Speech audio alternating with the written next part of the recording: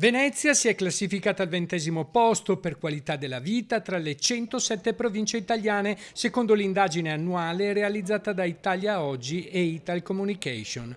Il territorio metropolitano di Venezia si distingue per il turismo, ottenendo il 7° posto in questa categoria. Tuttavia la città si trova al 96° posto per reati e sicurezza, evidenziando una criticità in questo ambito. Le incidenze che ci sono sfavorevoli per noi è proprio a causa dei borseggi e quindi furti con destrezza.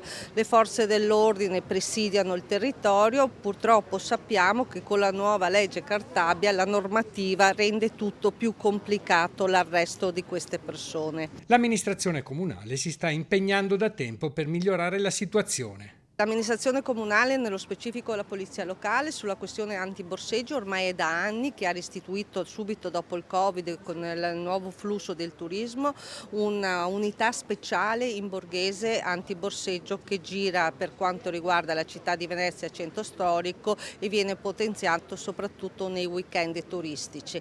Oggi abbiamo quasi 500 agenti della polizia locale e presto verrà indetto un nuovo bando per rafforzare comunque i servizi nel territorio. Stanno facendo un buon lavoro anche sulla questione della navigazione, perché con i telelaser, e in terraferma abbiamo le operazioni alto impatto curate dal prefetto, che collabora anche la nostra polizia locale. In altre dimensioni d'analisi, Venezia si piazza al 26° posto per affari e lavoro, ambiente e sicurezza sociale e al 34° posto per istruzione e formazione.